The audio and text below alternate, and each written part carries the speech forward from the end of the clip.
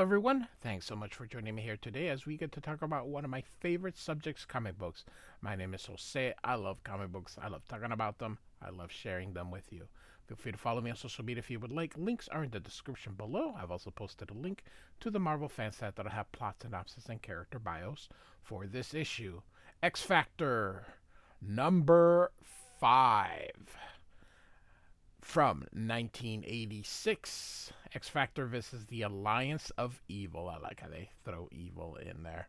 And so, great cover. This was actually my very first issue of X Factor that I have bought. Cover is by Ron Friends with Josef Rubinstein.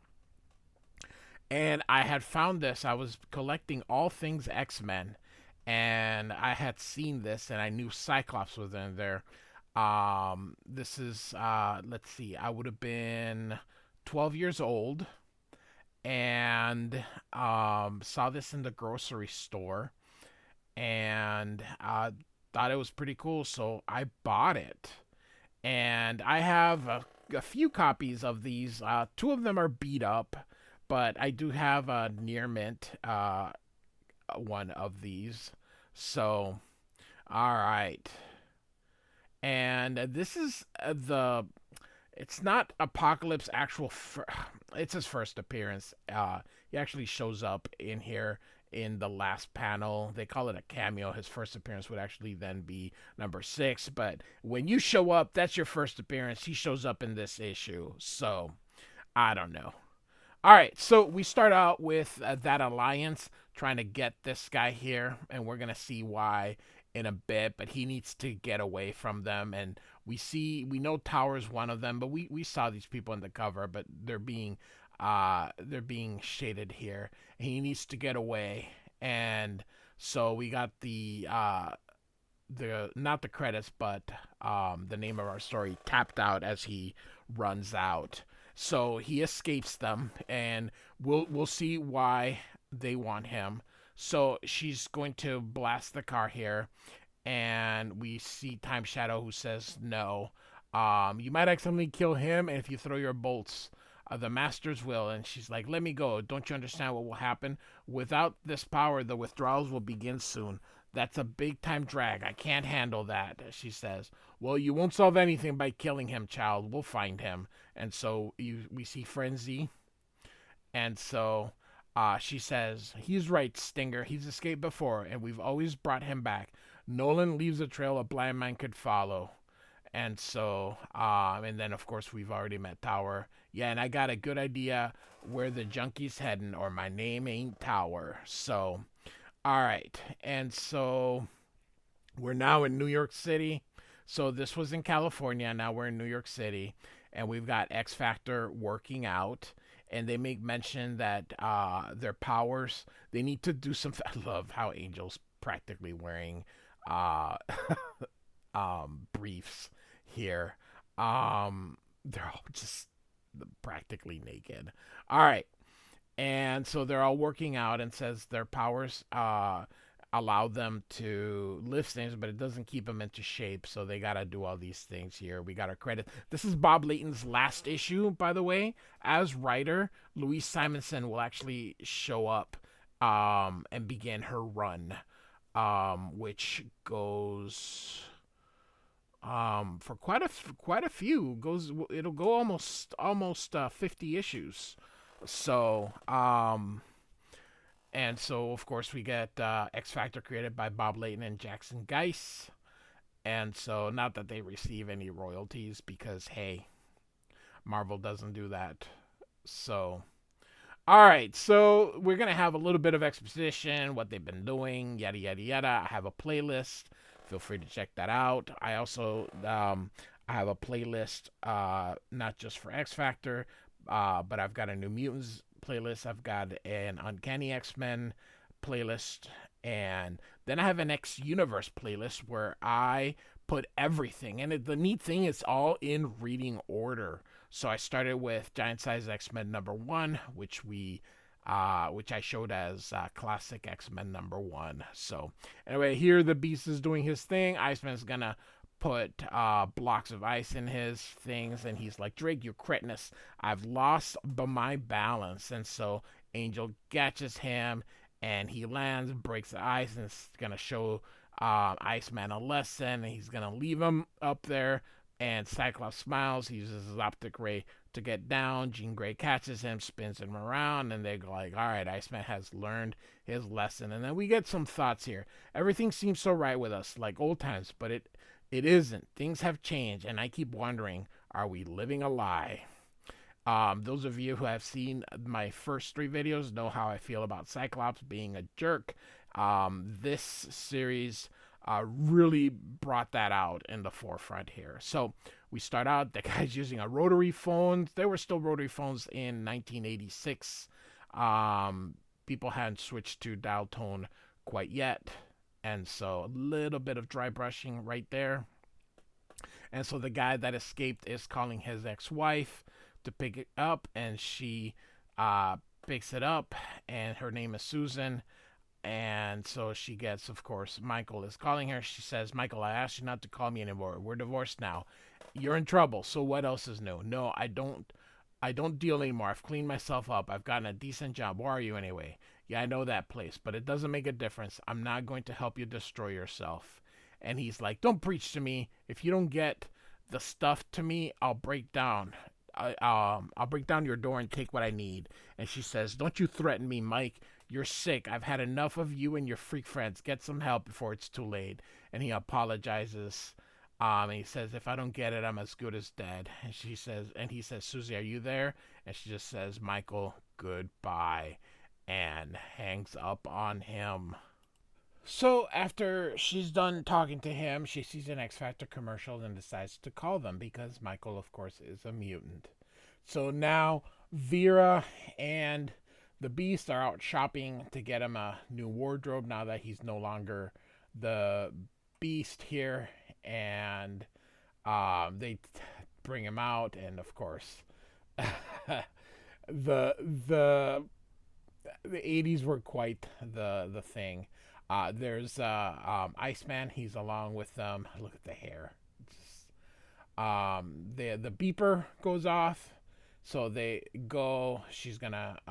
He says, "Hey, can you get this? Well, I'll reimburse you later." And so off they go. So now they're at the same time here.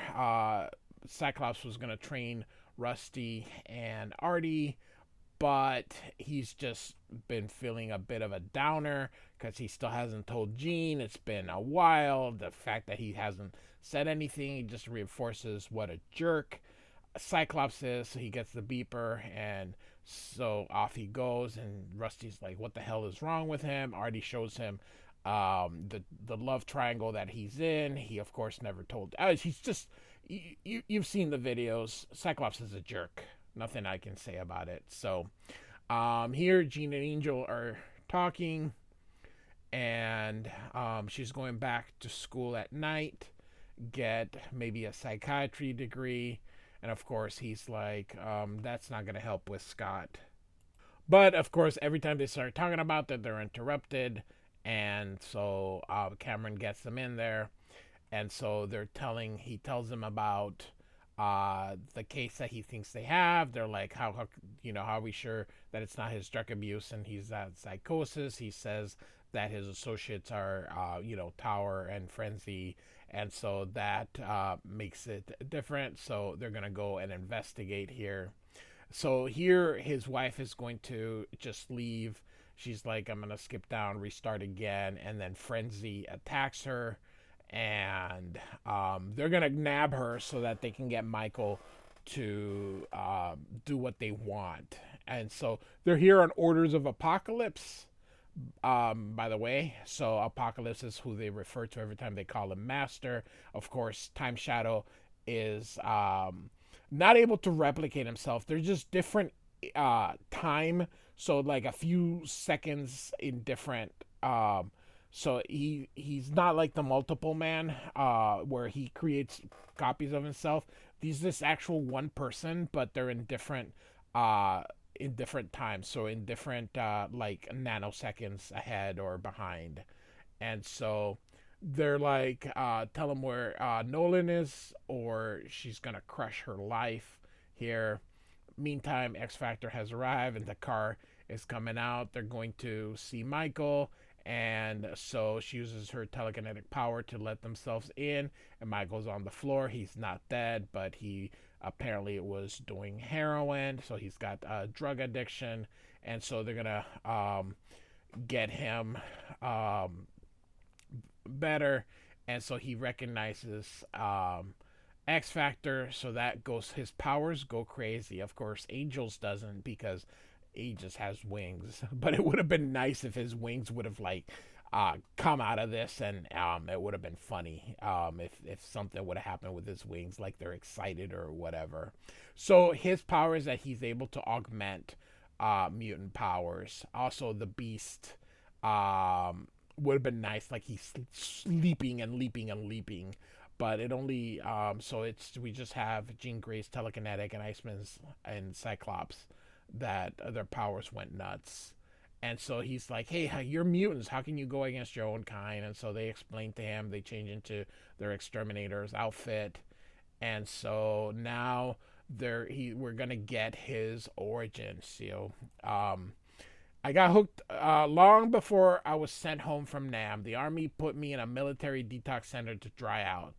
They couldn't be releasing their junkies on the unsuspecting civilian populace now, could they? Susie and I were still together then, cleaning up our act. What I didn't know is that my power had manifested itself while I was doped up. It stayed dormant, though, because of my late teen, because of drugs. In short time after entering detox, I met a fellow patient in my ward. All I did was touch his hand, and whammo, he was a mutant, and baby did his power go wild. That's that time stream guy. Anyway, after the incident, the word hit the streets about my ability to augment mutant energies. Things went from bad to worse as mutants started seeking me out. They got hooked on the power like a drug, and the only thing that made me useless to them was going back to drugs. And so, of course, Marvel Girl says that they'll help, and he doesn't want their help. Angel says we can't let him fall into the wrong hands. Cyclops says, well, maybe we should leave him there. And Beast says, like, no, we have to help him. So Beast says, I might be able to sensitize a drug to temporarily arrest the energy transfer without harming Mike. In time, hopefully, we could train him to control his powers without. And he's like, no, I'm not going to be anybody use me for a guinea pig again. I'm getting out of here. You guys can go to the devil. And she's like, Mike, hear us out. And Beast tries to get in his way. And he says, where are you going to go? How are you going to hide from yourself? You don't let me help, you'll be dead in a matter of months. Or worse yet, if you fall into the wrong hands, you'll spend the rest of your life as a slave to others' uncontrollable hungers. Is that what you want? He's like, no, please help me. And so Beast hugs him and says, all right, everything's going to be all right. But at that time, the tower comes through and they got the misses. So here's Tower and Frenzy and Time Shadow, and I already forgot her name.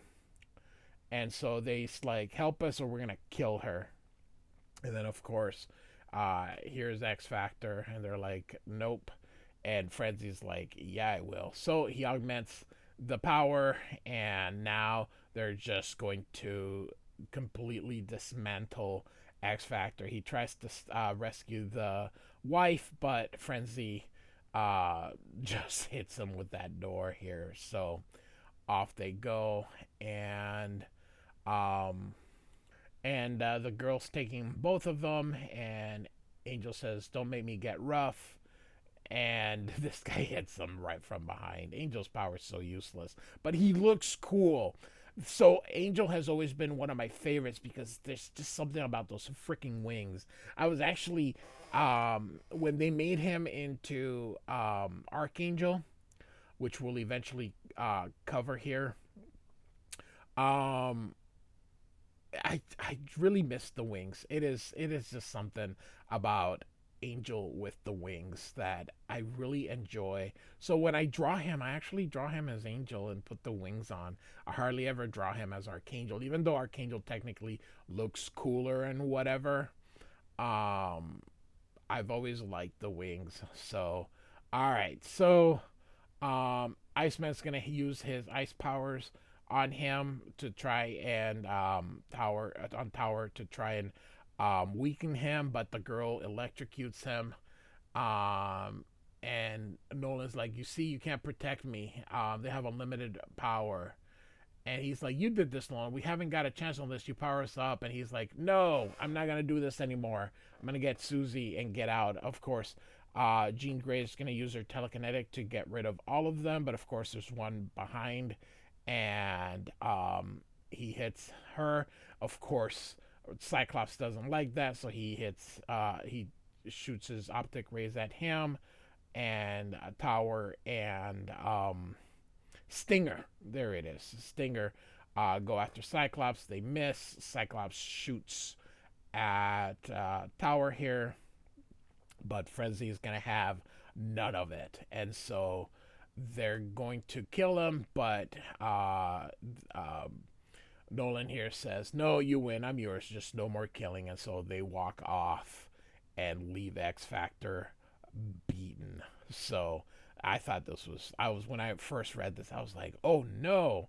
That's pretty cool. So, all right. So now we get to Apocalypse's first appearance here. And so they said, "Master, we have brought him as instructed." He's like, "Silence, Frenzy. You state the obvious. Step closer, boy.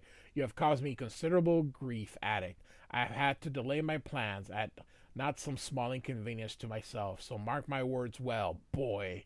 You will return to my laboratory where I shall complete my experiments on you. If you fail to cooperate, the girl dies. If you choose to escape again, the girl dies." And of course, Michael's like, "Master, I." And so we don't really get to see what he looks like, as he's mostly in shadows, but this is technically Apocalypse's first appearance.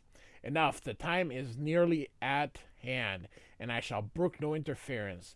You shall soon provide all mutant kind with a source of unlimited might, a race of super mutants, and I shall lead them to war against the puny infection called man. So swears Apocalypse." And so, next issue, The Menace of Apocalypse, which is considered his true first appearance, even though, of course, we got this cameo here. So, all right, X Factor number 5. Bob Layton's last issue as writer. As I mentioned before, next issue, Louise Simonson will come through. And then we also got a Jackson Guice here. Like and subscribe, and I do thank you for listening. Goodbye.